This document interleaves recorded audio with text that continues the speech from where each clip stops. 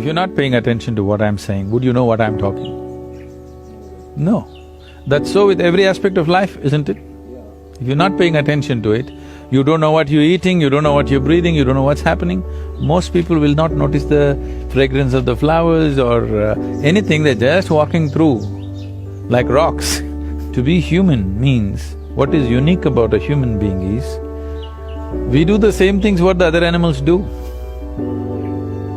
It is just that all that the animal can do, we do the same things, but we can do it consciously. And doing anything consciously will not come if you don't have sufficient attention towards things that you do or things that you do not do. So this attention deficiency syndrome has happened because people's idea of education is information. The more information you heap upon on any mind, or let's say starting from childhood, the more he will develop aversion to attention. Because without knowing anything, information gives you a false feeling that you know everything. An entrepreneur or anybody who wants to navigate through any situation needs intelligence, not just information. Information may be useful on the side, but it is intelligence which will allow you to navigate through a particular situation in a unique way, not the way somebody else is doing. Once you heap yourself with too much information, now attention is a serious problem.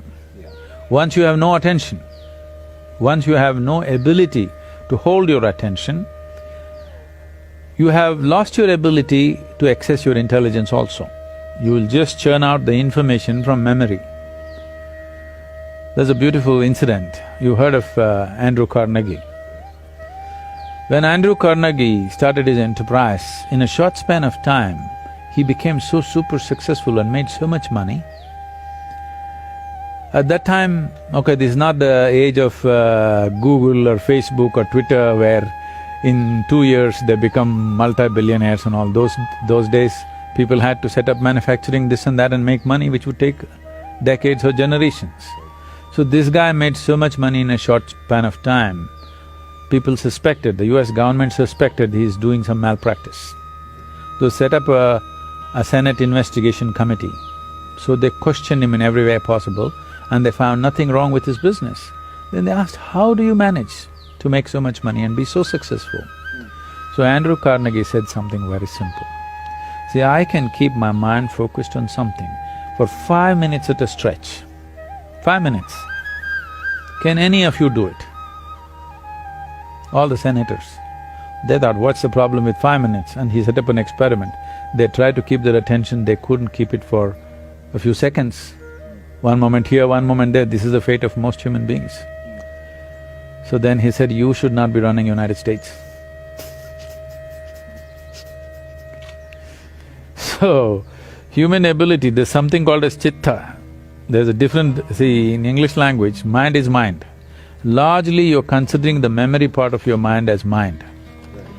In the yogic system, there are 4 main aspects of the mind. I'll not go into the detail, but the memory part of the mind is of least importance. It's the chitta, which is connected with the consciousness, which is most important. If you find a shape for your chitta, that shape will manifest always, because it's empowered by life-making material which for lack of words we're using the word consciousness, that which is the basis of life. Once your mind is yoked to that, then what shape your mind takes? Mind is like a cloud, you can make it any shape.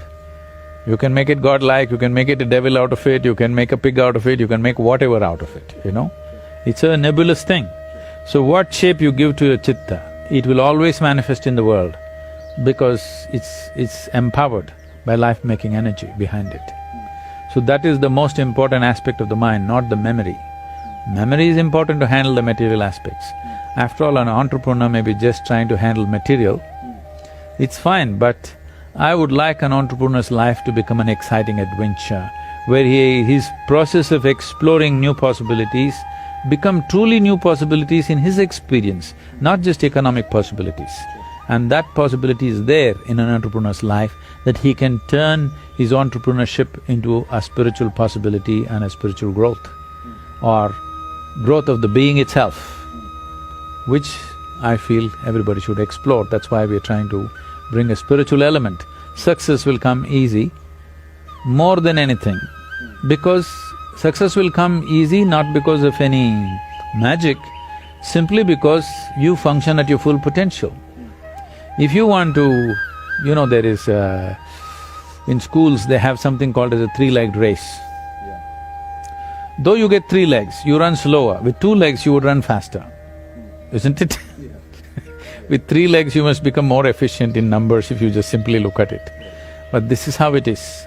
With more information means something that is not yours, you attach it to your memory and identify yourself with it. The more you do that, the less effective you become. But right now, our whole idea of education is information, and there is internet. A 12-year-old child knows what is the name of the galaxy up there, a trillion light years away, which is not good for him. Because this is not knowledge, this is not of any usefulness, this is only for boastfulness. And above all, it'll take away your ability to pay attention. Because the basis of attention is you realize that you do not know even a speck in the universe properly.